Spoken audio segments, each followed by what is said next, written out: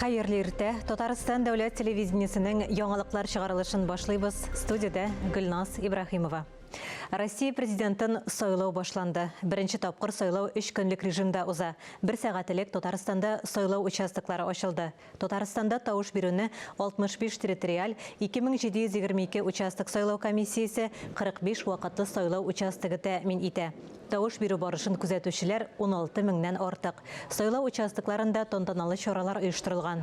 Күбесе гаилә тематикасына багышланган. Сайлауны бөтен гаилә белән көтәләр. Бу бик символик, чөнки 2024 ел гаилә елы. Участокларда ярминкәләр дә оештырылган. Аларга бәяләр базарныкыннан 25%-ка түбәнрәк булачак дип вәгъдә итә оештыручылар. Тавыш бирүдә катнашкан һәркем беләзек ала, аның белән җәмәгать транспортында йөрү бушлай һәм шул беләзек буенча Акбарс аренасында 17 мартта концертка керергә мөмкин булачак.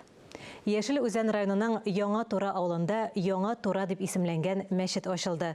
Ул Казанга керү юлында урнашкан. Ачылу тантанасында республика рәисе Рөстәм Миңнеханов һәм Татарстан мөфтие катнашты.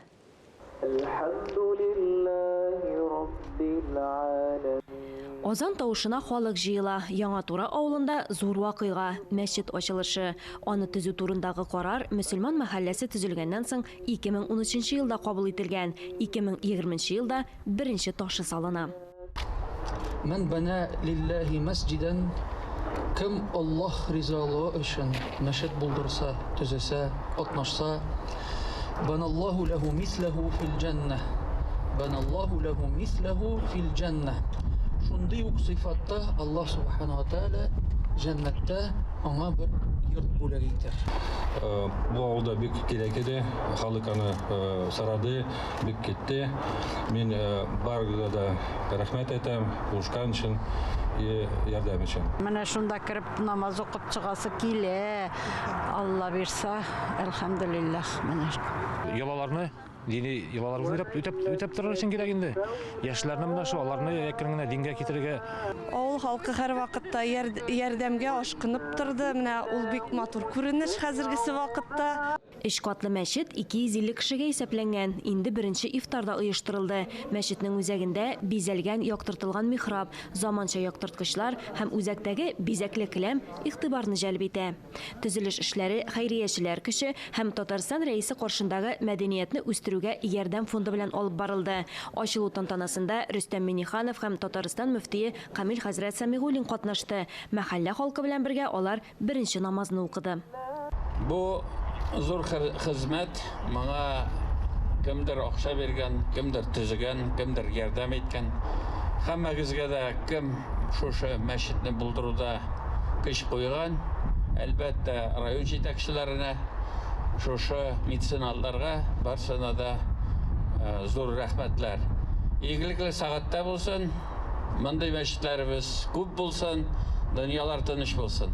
Һәммәгезгә дә рәхмәт. Мәчет гомуми мәйданы 3 гектардан торган ислам үзәгенең башлангычы булып тора. Мәдрәсә, никах үзәге һәм балалар бакчасы барлыкка килә. Алга таба мәчет территориясын һәм якындагы күл янын төзекләндерү эшләре каралган. Алия Галиуллина, Алмаз Хакимов, Ринат Сәхибгәрәев, Татарстан яңалыклары, Яшел Үзән районы. Татарстан Республикасы рәисе Казан Богородица монастырында булды. Айрым алганда Рөстәм Миңнехановка Никола Тульский гыйбадәтханәсе, Ширкәү приход мәктәбе бинасы, настоятель сестрин корпуслары күрсәтелде. Монастырь комплексын торгызу таләп ителә. Татарстан рәисе биналарны төзекләндерү өчен тиешле документлар әзерләргә кушты. Казан һәм Татарстан митрополиты, Татарстан митрополиясе башлыгы Кирилл Рөстәм Миңнеханов белән Казан дини академиясын торгызу буенча планнары белән уртаклашты. Идел буе физик культура, спорт һәм туризм университетында иҗат аша тынычлык һәм бердәмлеккә конкурс фестиваленә йомгак ясадылар.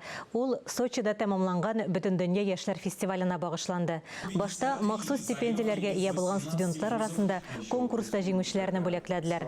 Аларны республика рәисе каршындагы татар телен һәм Татарстан Республикасында яшәүче халыкларның туган телләрен саклау, үстерү мәсьәләләре буенча комиссиясе гамәлгә куйды.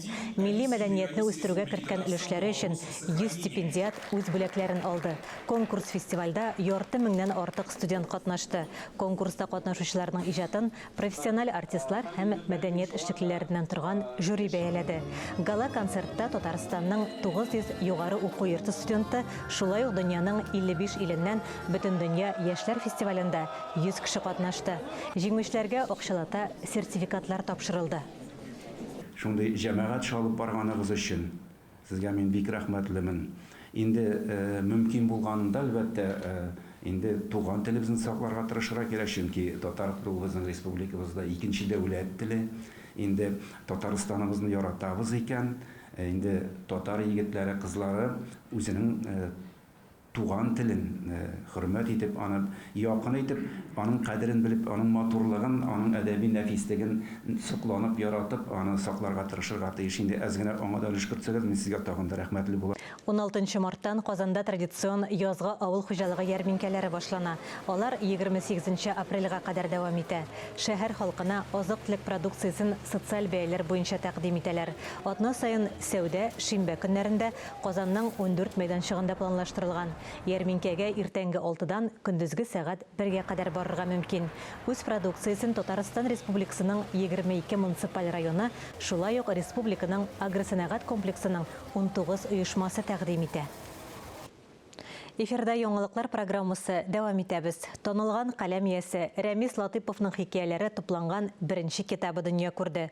Отмый калган таң китабының тәкъдирендә әдәбият сөючеләр автор белән аралашып, автографлы җыентыклар ала алды.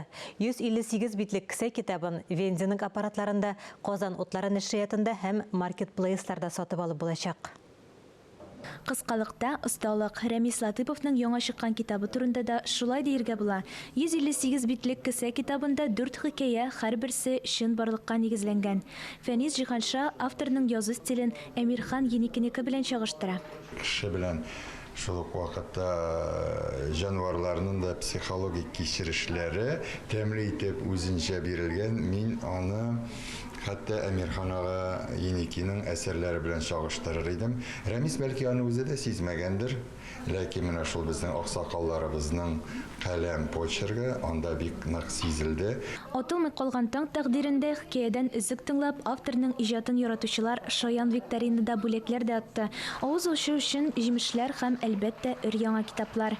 Рәмис әфәнде китабын беренче тапкыр кулына тоткач, икенче китапны да кичекмәстән яза башларга кирәк дигән фикергә килгән. Искиткеч куандым. Тагын да китап чыгарасы килде, менә шундый алкатабыда китап чыгарырга кирәк дигән фикергә килдем. Беренче китап алганнан да бигрәк, менә мин китапны тышлаган күргәч, менә ул китапның инде чынлап та чыгачагы билгеле булгач, иң куанганым шул вакытта булды. Чындырысын гына әйткәндә. Укучылар мәхәббәтен күптән яулаган Рәмис Латыповның ниһаять аерым китабы чыгуына әдәбият сөючеләр дә бик канәгать. Менә Рәмис үзе кызыклы кеше булгачтан, төпле фикерле, чарасы да бик кызык. Отмый калган таң җыентыгы татар әдәбиятының зур үсеш кичерүен исбатлап Рамазан аенда чыкты. Язучыбыздан киләчәктә тагын да матур китаплар көтеп калабыз. Миләүшә Мусина, Ленар Хабибуллин, Татарстан яңалыклары. Казанда Татарстан кинематографиясенең 100 еллыгына багышланган тантаналы чара узды. Юбилей уңаеннан кичәгә бәйсез дәүләтләр берлеге илләреннән киностудия җитәкчеләре, режиссерлар, продюсерлар, республиканың киноиндустрия тармагы ветераннары, татар кино оешмасы хезмәткәрләре, артистлар җыелды. Габдулла Тукай исемендәге Татар дәүләт филармониясе бинасында Татар кино берләшмәсенә 100 ел тулу уңаеннан тантаналы чара булып узды. Тәбрикләү сүзе белән Татарстан мәдәният министры Ирада Аюпова чыгыш ясады. Я бы хотела от имени Раисы нашей республики Татарстан Республикасы рәисе Рөстәм Нургали улы Минниханов исеменнән татар киносының барлык хезмәткәрләрен әлеге бәйрәм белән тәбрик итәм. Бүгенге көндә татар кино берләшмәсен Россиядә генә түгел, ерак чит илләрдә дә яхшы беләләр. 1924 елның 13 февралендә Таткино татар кинематография бүлеге оеша. Шушы көннән татар киносының ел язмасы языла башлый. Безнең зур программа, менә әле генә без кунаклар белән түгәрәк өстәл үткәргән идек. иттек. Бу Казан мәдәният институтында һәм бүтән БДБ-ләре катнашты, һәм Россия регионнары бик эшлекле сөйләшү булды. Матур гына проектлар киләчәктә көтәбез, Алла бирсә. Менә бу 100 еллык уңайыннан без инде бүтән тарихны җыярга тырыштык. Чөнки 100 елда күп нәрсәләр булган, күп чаралар булган. Мин бик рәхмәтле беренче чиратта менә шул ветераннарга. Чөнки алар булмаса, нигез булмас иде. Без инде дәвамчылар гына традицияләрен дәвам итәбез. Юбилей тантанасында рәсми затлар, чит илләрнең кинематография оешмалары җитәкчеләре, режиссерлар, продюсерлар, Татарстан кино учреждениеләре хезмәткәрләре, татар кино партнерлары һәм республика кино тармагы ветераннары катнашты. Мин менә 12 ел шушы киносет системасында эшләдем. Түбән Каманың шәһәр киносет җитәкчесе идем. Совет киноларына җитәрлек итеп мәгънәле фильмнар чыга башлады хәзер.